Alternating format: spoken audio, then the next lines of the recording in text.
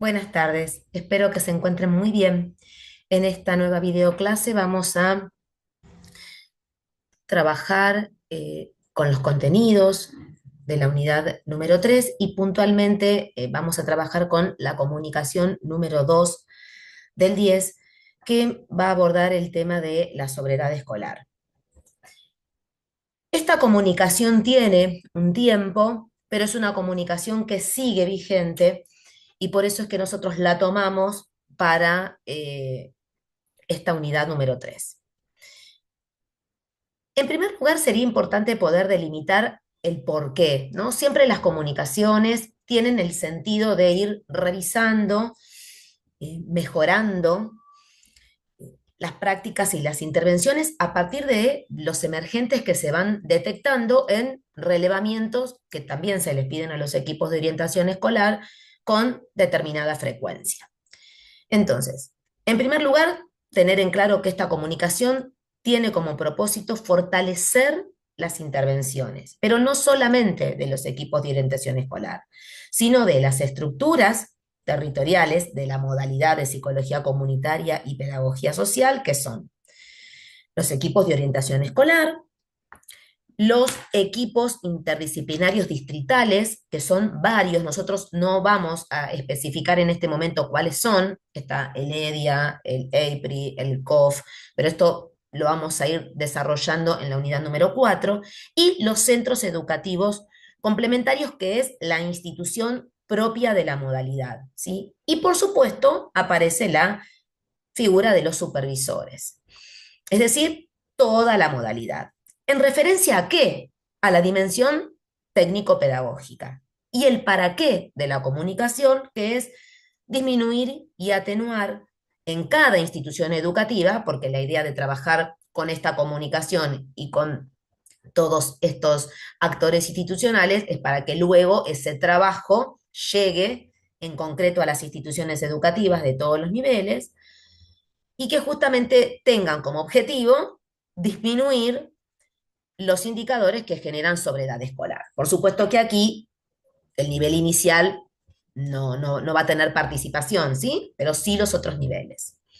La propuesta es dar lineamientos que permitan pensar las intervenciones de los equipos, porque a veces las intervenciones que están pensadas para favorecer las trayectorias escolares, en realidad lo que generan o lo que promueven son legitimizar desigualdades sociales en lugar de oportunidades educativas. Esto que quizás puede sonar como contradictorio o puede sonar como muy complejo, en realidad es común poder encontrar muchas veces intervenciones y prácticas docentes que, lejos de promover oportunidades, legitiman desigualdades, ¿sí? Esto sucede a frecuencia, con bastante frecuencia, con menos frecuencia, ¿no? Cada institución tiene su particularidad.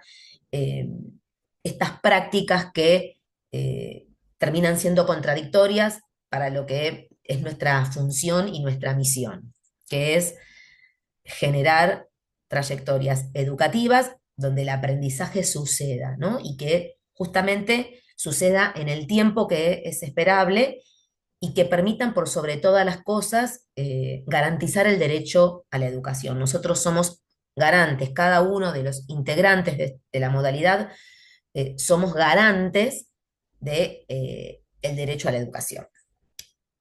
Bien, la comunicación después lo que va a hacer es definir, ¿sí? A continuación de su desarrollo, define la sobriedad y me parecía que era importante tomar este contexto como para saber de qué estamos hablando cuando hablamos de sobriedad escolar.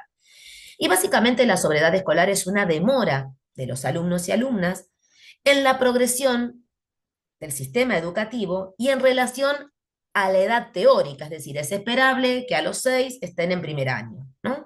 Y entonces se produce una demora entre esa relación teórica y el año real en que están cursando los alumnos y las alumnas. Ahora bien, la comunicación sigue avanzando y nos marca, ¿sí?, qué causa la sobriedad. Y nosotros acá lo que hacemos es replicar y traer a la filmina las causas que se han detectado a través de relevamientos, porque, digamos, no es una cuestión de una hipótesis, ¿no? Algo que se cree, algo que se piensa, no, se realizan diversos relevamientos para que se puedan detectar cuáles son las causas, en este caso de este emergente, que es un emergente que lamentablemente nos viene acompañando hace muchos años en las escuelas, que es el de la sobriedad escolar. Ahora bien, ¿cuáles son estas causas? Aparece en primer lugar la repitencia, es decir, que los alumnos están matriculados en un año de estudio, pero no llegan a aprobarlo. El ingreso tardío, que es que los alumnos no se matriculan en el año que les corresponde, esa matriculación no tiene esa correlatividad en relación a la edad teórica, lo que se espera. Alumnos que abandonan temporalmente la escolaridad. Esto es muy común también con el paso de los años, ha sido una causa que se hizo muy visible y muy presente. Es decir, son estudiantes que salen de una institución educativa, no solicitan un pase y es obligación y función de la escuela, ¿sí? Poder contar con ese pase y hacer, ¿no? La articulación y el contacto con la escuela de origen actual de ese estudiante, y allí es donde habitualmente se detecta que no hay una escuela de origen. De hecho, el pase debe otorgarse con un pedido de pase que viene de la escuela nueva, ¿no? A la cual va a pertenecer el alumno o la alumna. Y luego muchas veces pasa que se intenta retomar esa escolaridad, pero después de un tiempo, no de manera automática, ¿no? El estudiante debe venir a pedir un pase, la familia, por supuesto, viene con el pedido de pase, el pase a una institución que puede ser del mismo distrito o de otro distrito, porque a veces las causas son por mudanza, otras son por causas de mayor complejidad en relación a las situaciones familiares. Pero bueno, automáticamente sucede esto, que sale de esta escuela con un pedido de pase hacia otra escuela, hacia otra institución. Y después el trabajo infantil, que acá la variable tiene que ver con necesidades familiares, patrones socioculturales propios de las comunidades, donde lo que sucede es que se interrumpe la escolaridad y se afecta este proceso de escolarización. Ahora bien, todas estas situaciones que detectan, ¿no? Que se detectan desde la modalidad y que requieren que se desarrolle, ¿no? Y que se ponga en marcha y esta comunicación, además de generar una sobriedad escolar, generan algo mucho más complejo y una situación mucho más compleja que realmente requiere como de atención especial.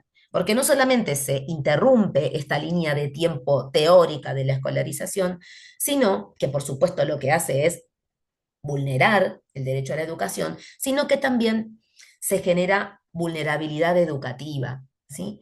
Dice la comunicación. Es decir, se debilita el vínculo educativo, debilita el vínculo del alumno o la alumna con el aprendizaje. Y acá, ¿no? Las causas tienen que ver con la subjetividad, con lo más complejo y con lo más profundo, ¿no? Con la constitución subjetiva del alumno o la alumna, ¿no? Y allí es donde tenemos el gran desafío, ¿no?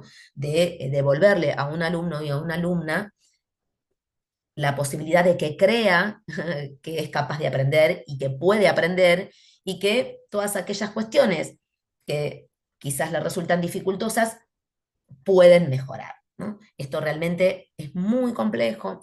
Muchas veces esta vulnerabilidad educativa también viene como desde el lugar familiar, eh, y realmente revincular al alumno o a la alumna con el deseo de aprender y a la familia, ¿no? Con la escuela como un espacio de oportunidades y un espacio para que sus hijos aprendan, es muy complejo y requiere de pensar intervenciones que quizás nos llevan mucho tiempo. La comunicación sigue y puntualmente nos va a dar, ¿sí? Los propósitos y las acciones que propone, ¿sí? Para que se comience a trabajar sobre este emergente o sobre este indicador que se hace tan presente en las instituciones educativas hace tanto tiempo. Estos propósitos están pensados desde lo que es la acción en general, mejor dicho, ¿no? Los lineamientos de acción en general, cómo pensar y reflexionar sobre el dispositivo pedagógico. Y después aparecen los lineamientos de acción, que es puntualmente qué debemos hacer, qué se debe hacer como equipo de orientación escolar. Entonces, ¿qué cuestiones, dice la comunicación, tenemos que repensar, tenemos que reflexionar en torno a nuestro posicionamiento o marco teórico al momento de pensar intervenciones en relación a este indicador?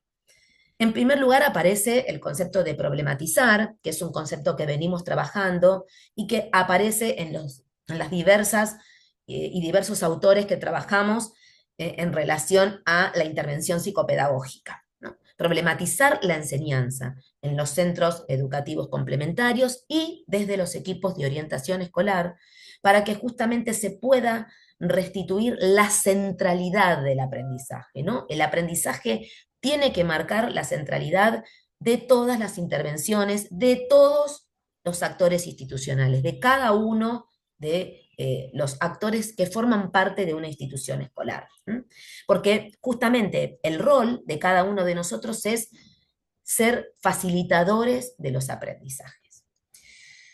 Promover en los centros educativos y desde los equipos de orientación escolar prácticas educativas que potencien el poder de enseñanza de los docentes y su capacidad creativa para el fortalecimiento del vínculo educativo. Puntualmente acá se habla de las prácticas, ¿no? De las planificaciones didácticas, de las propuestas pedagógicas, ¿no? Deben potenciar a los docentes y sobre todo me gustaría destacar a qué se hace referencia con la capacidad creativa. Cuando hablamos de capacidad creativa, desde esta comunicación hablamos de la capacidad de pensar y repensar propuestas que den justamente respuestas a las necesidades educativas de los alumnos y las alumnas, y de esa manera nuestro rol cumple su misión de ser facilitador de los aprendizajes. Los docentes, el equipo de conducción, los equipos de orientación escolar, todos los actores, porque a todos nos convoca lo mismo, la centralidad del aprendizaje.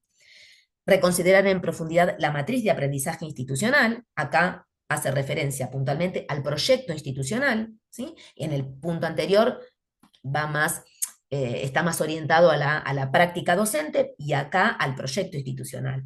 En función, por supuesto, a que este proyecto institucional debe considerar, ¿no? Debe sí o sí estar enmarcado y debe considerar y debe ser situado y en contexto, teniendo en cuenta justamente estas variables sociales, familiares, culturales, educativas, que justamente inciden y determinan los procesos de enseñanza y aprendizaje y la convivencia escolar, ¿no? La convivencia escolar hoy es un tema también que tiene una centralidad por su complejidad. Esto no pasaba hace años, ¿no? Siempre la centralidad tenía que ver con el aprendizaje, con los procesos de enseñanza y aprendizaje. Pero la convivencia escolar en este último tiempo también tiene una centralidad que preocupa y mucho. Y después aparece como propósito profundizar la mirada sobre el sujeto que aprende, resignificando sus diferentes modos de hacerlo en el contexto de su cultura de crianza y el espacio sociofamiliar en el que transcurre su vida. Otra vez, ¿no? Aparece la centralidad de, el aprendizaje de acuerdo al perfil de aprendizaje de los estudiantes dentro de su cultura y de su comunidad, que es la cultura y la comunidad en la cual está la escuela también, ¿no es cierto? Si bien a veces pasa que hay estudiantes que vienen de barrios o localidades un poco más alejados, pero en líneas generales la escuela también forma parte de este contexto cultural. Y después acá sí pasamos al quehacer, ¿sí? A la tarea, a lo que se debe hacer para empezar a abordar la sobriedad escolar. En primer lugar, identificar a los alumnos y alumnas, ¿sí? Acá esto habla de un relevamiento cuantitativo. ¿Cuántos son? ¿Quiénes son? ¿No? Y armar un listado, ¿no? Para saber de quiénes estamos hablando. Luego empezar a hacer un recorrido con cada uno de estos estudiantes, alumnos y alumnas, en relación a sus historias escolares, ¿sí? Analizando posibles causas que hayan generado la sobriedad, y estas variables tienen que ser revisadas interdisciplinariamente, desde un enfoque que integre aspectos que tengan que ver con la vida social, psicológica y pedagógica de los estudiantes y de su familia, ¿sí? El abordaje es integral, ¿no? Empezar a pensar, ¿no? En estas historias escolares, en estas trayectorias escolares, qué causas fueron generando, ¿no? La historia, la historicidad, porque en definitiva hablar de esto y poder identificar y conocer o reconstruir la historia escolar es hablar también de este proceso de aprendizaje, de enseñanza y aprendizaje, ¿no? Es decir, quienes pasaron por la vida escolar de este alumno o esta alumna y qué pasó con su proceso de aprendizaje.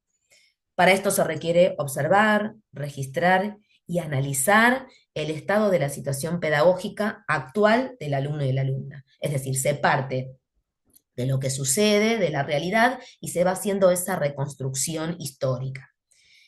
Y por supuesto, un trabajo sistemático de orientación por parte del equipo de orientación escolar, y también esto incluye al equipo de conducción, donde justamente hay que tener una mirada pedagógica, didáctica y socioeducativa. Siempre aparece nuevamente la práctica en contexto, la práctica situada. ¿Para qué? Para aportar elementos que permitan pensarnos una planificación didáctica, y digo pensarnos, ¿sí? Porque se piensa con el otro, ¿no? El trabajo del docente con el equipo, y una planificación didáctica eh, del docente que permita empezar a poder abordar y que tenga impacto en relación a atenuar y a disminuir eh, esos estudiantes, ese número, ¿no? De estudiantes con sobriedad escolar, número que eh, debe disminuir, debe atenuarse, ¿no? Porque justamente lo que se empieza a revisar es la propuesta hacia adelante, y también propuestas que permitan trabajar las situaciones que ya están detectadas y que tienen que mejorar, tienen que superarse. No puede un alumno y una alumna estar eternamente en esa condición de sobriedad escolar, porque si eso sucede, estamos hablando de que la escuela está fracasando en lo que tiene como misión central, que es promover aprendizajes y oportunidades educativas, garantizar el derecho a la educación. Y un poco para dar una síntesis, ¿no? De las acciones, ¿no? que, que nos propone la comunicación y que nos indica que debemos poner en marcha son las siguientes.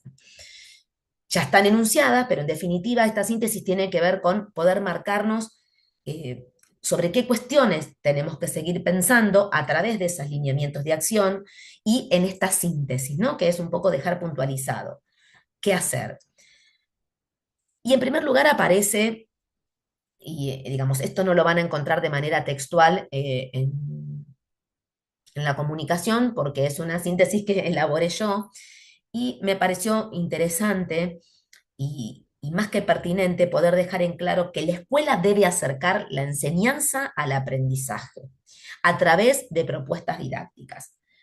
Por supuesto que la propuesta didáctica está en el aula, debe ser en el aula, pero debe también, ¿no? estar apoyada por el equipo de orientación escolar y también el equipo de conducción, para que esa propuesta sea una propuesta adecuada a las necesidades, ¿no? educativas, y que promueva justamente oportunidades educativas.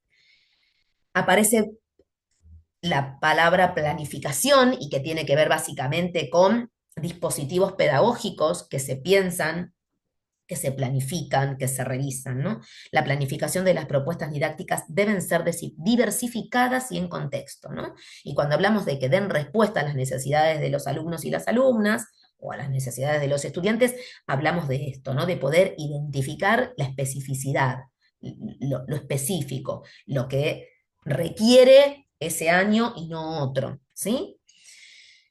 Y en contexto, por supuesto, la práctica situada, y debe, por supuesto, identificar responsables y corresponsables, porque todos tenemos algo en esta tarea, que es algo que también venimos trabajando, valga la redundancia, y entonces debe especificar responsables, tiempo, evaluación y cronograma de reuniones que contemple ese plan de trabajo elaborado, es decir, los proyectos. Trabajamos en la escuela con proyectos. Los equipos de orientación escolar con los proyectos integrados de intervención, que también es algo que vamos a ver a lo largo de eh, la unidad, entre la 3 y la unidad número 4, ¿sí? Bien.